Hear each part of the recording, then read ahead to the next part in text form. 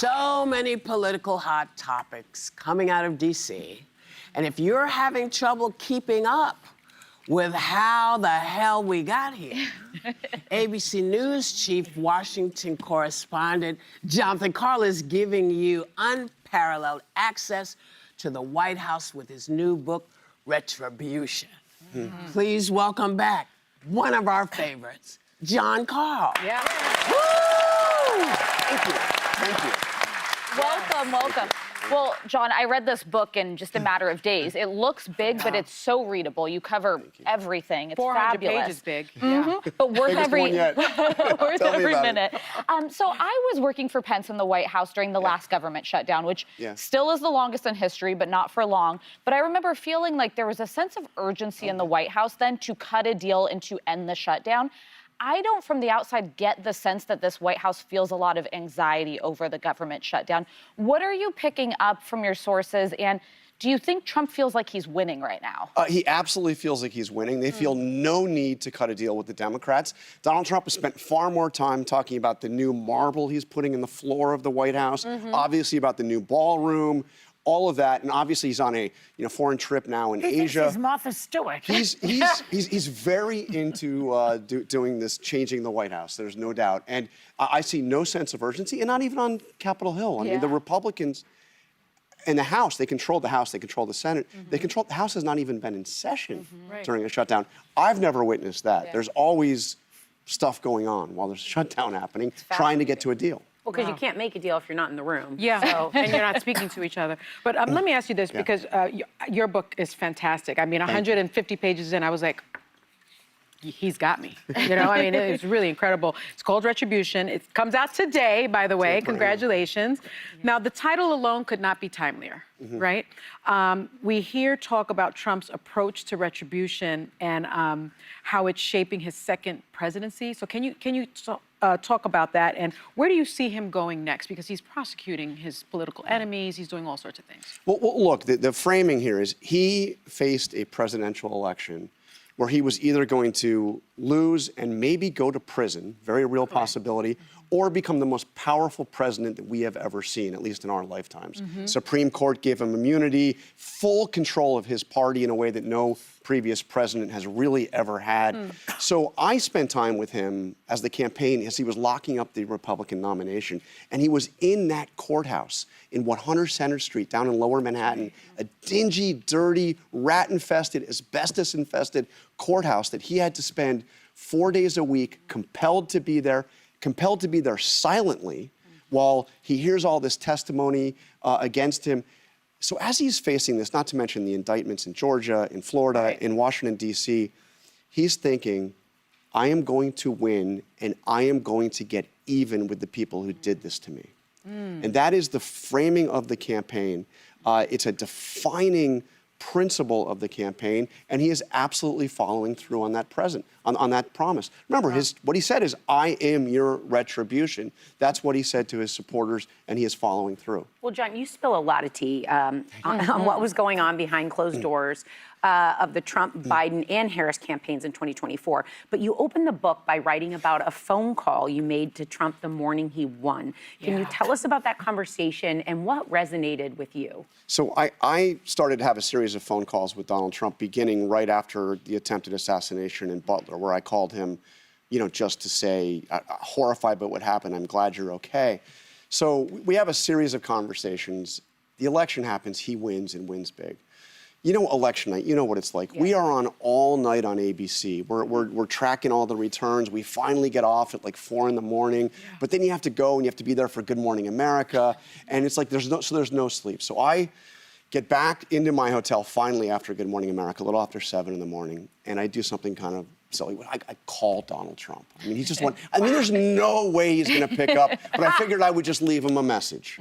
Like, after all this, congratulations, you won. You won. And he picks up. And his voice, he hadn't slept at all. I hadn't slept. But he hello, Jonathan. And I said, Mr. President-elect, I just want to say congratulations. And he says, on what, Jonathan? On what? I was like, say it. It's like, have you ever seen Breaking Bad? There's a great scene Are with. you kidding me? No. I mean, it's like there's a famous scene in Breaking Bad. Yes, I know Breaking Bad. I know the scene. Yeah, where it's like, say my name, say my name, and he says. So I said on the greatest comeback victory in the history of American politics, but he wanted to hear me say the words. Wow. Oh, so needy. Wow. Wow. You know, you have a very strange relationship with him. From this personal conversation you have with him right now, it's weird. I mean, when you're interviewing him in public, he's nasty to you. In fact, And you've known him 30 years, right? I've known him for over 30 He years. insults you. He threatens you. And I found I kind of get at some of this in the book too. I mean, first of all, it's very strange. I've covered a lot of presidential campaigns. I've covered several presidents. There's none other that I've ever been able to call up on the phone. I mean, it's just I mean, you always go through. They've got people. They get hold. I mean, it's like all of that. Yeah. It was easier to get Donald Trump on the phone than to get the deputy press secretary for the Kamala Harris campaign why is on the that? phone. Just because he first of all, he spends a lot of time talking. I've known him, but I'm not the only one. He loves the engagement, and every time. And in almost all, I mean, he got angry at me a couple times over the phone. He's gotten angry at me in private. Mostly in private, it's very positive and very complimentary. And during the campaign, I've got questions for him, and then he's got questions for me. What are you hearing? What's going on? How's it looking? Does he says that was a nasty question. He was like that to other reporters, Yes. maybe not you. Yeah. I mean, and then he's nice to them in private. What? Yeah, I mean, not all, but look, I track. He had a series of conversations with Joe Biden. The first one was the day of the assassination attempt in Butler when Biden called him. Obviously, he invited Biden to the White House, which Trump never did, after Trump won. They spent a couple of hours together. On January 20th, they had that famous limousine ride, up to the Capitol, just the two of them, for the inauguration. To be a fly on the wall. So what I did, though, is I tracked each and every one of those conversations. In the case of some of them, I talked to people who overheard the phone calls, who were there on one side or the other. And Donald Trump was uniformly not just nice, but like effusively nice to Joe Biden, the person who he, calls a corpse, the auto pen presidents and all that. So what is it? A split personality or what? He was the same with Kamala Harris as Weird. well. Very gracious to her. Yeah. No, I think he still, I called my first book Front Row at the Trump Show, and he still does see, I mean, he's beyond that, but he still does see this as the world's greatest reality show, and you have to have villains, and you have to You know who was like John, that? You know who was like that? Rush Limbaugh was like that. He had this blustering thing on, and then privately, I worked with him. He'd lift me up, we'd have laughs. It's like You that. and Rush Limbaugh, that would be... Yeah. Quite a combo. Yeah. I think we're gonna go.